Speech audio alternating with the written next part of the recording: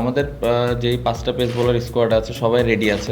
ডারউইনে ইতিহাস গড়ার পর ম্যাকাইয়ে সম্পূর্ণ ভিন্ন এক পরীক্ষার সামনে বাংলাদেশ। প্রথম টেস্টে বাংলাদেশের পেসাররা যে দাপট দেখিয়েছেন তার পুনরাবৃত্তি হবে কিনা তা অনেকটাই নির্ভর করবে ম্যাকাইয়ের উইকেট ও আবহাওয়ার আচরণের উপর। ম্যাচের আগের দিনের অনুশীলনে উইকেটে বাউন্স কিছুটা বেশি দেখা গেছে, সঙ্গে বাতাস থাকলে নতুন বলে পেসারদের জন্য বাড়তি সুইংও মিলতে পারে। ফলে শুরু থেকেই ব্যাটসম্যানদের জন্য কাজটা সহজ হওয়ার কথা নয়। ম্যাকাইয়ের উইকেটে যদি প্রত্যাশার মতো বাড়তি বাউন্স থাকে তাহলে বাংলাদেশের পেসাররাই সবচেয়ে বেশি সুবিধা পেতে পারেন। বিশেষ করে শরীফুল ইসলাম একাদশে ফিরলে বাঁহাতি পেসের বৈচিত্র্য অস্ট্রেলিয়ার ব্যাটিংয়ে নতুন চাপ তৈরি করতে পারে।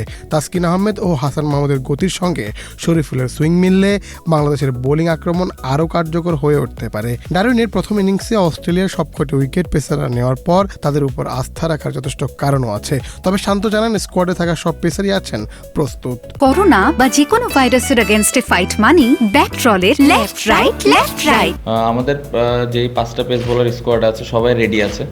পজিটিভ দিক হলো যে 2টা স্পিনার আছে যে কোনো কন্ডিশনে ভালো বল করে। সো আমার মনে হয় যে যেহেতু আরও একটু সময় আছে, সকালে এসে আরেকবার উইকেটটা দেখে টিমের জন্য যে ডিসিশনটা নিলে ভালো হবে ওইটাই আমরা নিব ইনশাআল্লাহ। তবে শুধু পেসারদের দিকে তাকিয়ে থাকলে হবে না। উইকেট কিছুটা শুকিয়ে গেলে এবং ম্যাচ শেষের দিকে গড়ালে স্পিনারদের ভূমিকাও গুরুত্বপূর্ণ হয়ে উঠতে পারে। বাংলাদেশের 2 স্পিনার মিরাজ ও তাইজুল যে কোনো পরিস্থিতিতে কার্যকর এমনটাই বিশ্বাস করেন অধিনায়ক নাজমুল হোসেন শান্ত। তাই 4 পেসার নাকি 3 পেসার সেই সিদ্ধান্তে উইকেটের পাশাপাশি দিনের আবহাওয়া ও বাতাসের গতিও বিবেচনায় আসবে। এবং শান্ত বলেও দিয়েছেন ম্যাচের আগে উইকেট দেখেই সিদ্ধান্ত নেবেন।